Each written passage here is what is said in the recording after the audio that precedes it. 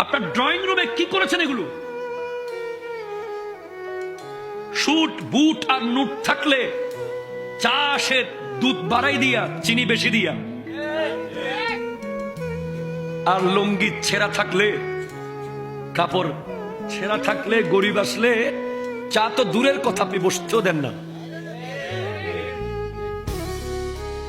আপনার বিয়ে বাড়িতে সেম, পয়সা নাই, দাওয়াত নাই, কথা কোনো ঠিক কিনা বলেন না?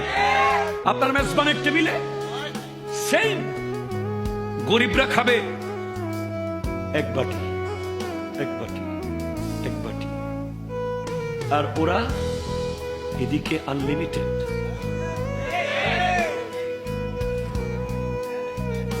খবরদার, এদিকে সাবধান, বদ্দা বসিবে। আপনি মিলাদুন্নবীকে বেদাত বলেছেন, ভাইরে আমার, আল্লাহর ওলির ওরসকে আপনি বেদাত বলেন, অথচ আমার চোখে আমি দুই জায়গায় কোনো বৈষম্য দেখলাম না খাবারে এখন পর্যন্ত। একটা হলো নবীর মিলাদ, আরটা অলির ওরস।